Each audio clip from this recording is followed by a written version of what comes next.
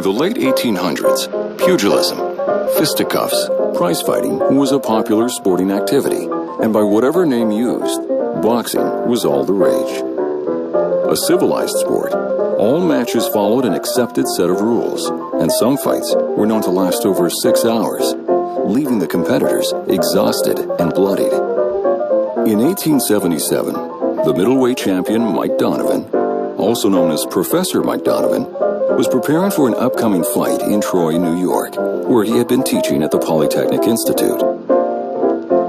Speaking to a friend one evening, he noticed a round football and had an idea that would ultimately affect thousands of athletes and become a standard in boxing training to this day. Heading home with ball in hand, he gathered a common ice screw, some strong cord, and a flour sack. Arriving at my room, I fastened the screw into the ceiling. I then fastened my rope to the screw, and putting my ball into the sack, I fastened it closely to the ball by making several loops on the mouth of the sack. After punching the ball several times, he decided to bring it up to his chin height and found it to be a much more effective form of training. Further improvements led to creating a tighter canvas cover with laces and a loop sewn in for easier attachment to the cord. I did not then realize that I was inventing a popular apparatus that was to do so much good to boxers, athletes, and to those who have received the benefits from its use.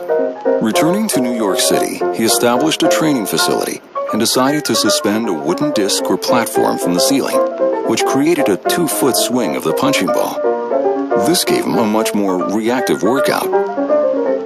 More thoughts of developing the punching ball would lead to creating a light leather cover for an even quicker rebound.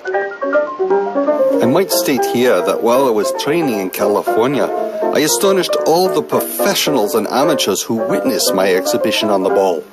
They were loud in their praise and said that they had never seen anything like it before. While training on his punching ball, Donovan was visited by a sporting goods man wanting to sell him a pulling apparatus. After losing the sale, the salesman inquired about the punching ball. Realizing the benefits, both physical and financial, the punching ball was soon on the market and available to the general public. Not thinking there was anything in it financially, I let it drift until 1886, when after consulting a lawyer, he informed me that I had let it go too long to claim any royalty. But I can say, and defy contradiction, that I am the inventor of the rubber punching ball. Since its creation in the late 1800s, the punching ball had seen a boom of popularity. People were amazed by Professor Mike Donovan's punching demonstrations, and as the bag became available to the general public, the physical benefits as a form of exercise became apparent. In 1895, publications featuring the health benefits of bag punching started to appear. Jules Frank's Bag Punching was one of the first. Punching the bag had reached such popularity that it had become a recognized fad among professional boxers and people looking for a cost-effective apparatus for home training. By the early 1900s, you could find many exercise manuals explaining the benefits of a healthy life. Both men and women found it to be a great addition to the many pulling machines and known workouts of the day. Belle Gordon, William Duncan, Young Corbett, and Gus Keller all authored booklets that demonstrated punching ball techniques. The punching ball was not limited to just hanging from a ceiling or platform, but was also mounted vertically on a wall or on the floor for use with the feet. No limb was off limits, and fancy punching was the term of the day. These punchers often used hands, elbows, feet, knees, and even their heads. Multiple bags on large platforms were often used in synchronization. The puncher had bags going with both hands, both feet or knees, and even threw in a few head hits for good measure. Gus Keller can be seen here showing off some of his techniques on the bag. Known as a fancy puncher, Gus had many tricks up his sleeve and was a true artist when it came to punching the bag.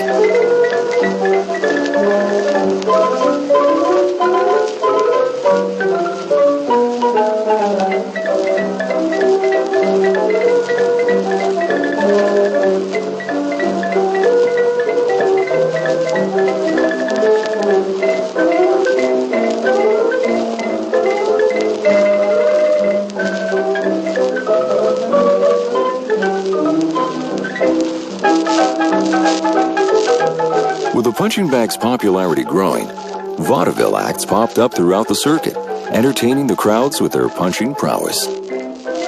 But by the 1930s, vaudeville was being replaced by a new medium of entertainment: motion pictures.